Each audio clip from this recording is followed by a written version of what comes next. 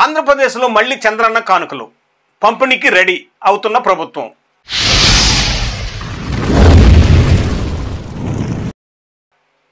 తెలుగుదేశం ఆధ్వర్యంలోని ఆంధ్రప్రదేశ్ ప్రభుత్వం మళ్లీ చంద్రన్న కానుకలు పంపిణీకి రెడీ అవుతుంది. గతంలోనూ టీడీపీ ప్రభుత్వం ఈ పథకాన్ని అమలు చేసింది. చంద్రన్న సంక్రాంతి కానుక, క్రిస్మస్ కానుక, చంద్రన్న రంజాన్ తోఫా వంటి పేర్లతో వీటిని పంపిణీ చేసింది. అయితే ఆ తర్వాత అధికారంలోకి వచ్చిన జగన్ ప్రభుత్వం ఈ పథకాన్ని నిలిపివేసింది.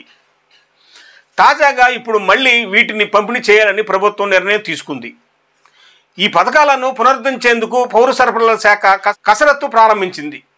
సంక్రాంతి, రంజాన్, క్రిస్మస్ సందర్భంగా పేదలకు పంపిణీ చేసే ఈ కానుకల కోసం ప్రభుత్వం ఏడాదికి 538 కోట్లు ఖర్చు చేయాల్సి ఉంటుంది. ఈ లెక్కన 5 ఏళ్లకు 2690 కోట్లు అదనపు భారం ప్రభుత్వంపై పడనుంది.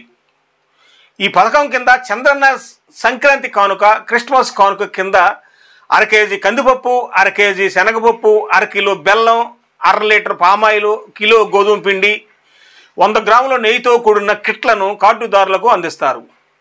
అయితే రంజాన్ తోఫాతో 2 కేజీల పంచదార, 5 కేజీల గోధుమ పిండి, కిలో సేమియా, 100 గ్రాముల నెయ్యి ఇస్తారు. అలాగే రెగ్యులర్ కోటా కింద రేషన్ కార్డుదారులకు ఉచిత బియ్యంతో పాటు పంచదార, కందిపప్పు, గోధుమ పిండి, జొన్నలు, సజ్జలు కూడా అందించాలని ప్రభుత్వం నిర్ణయం తీసుకుంది.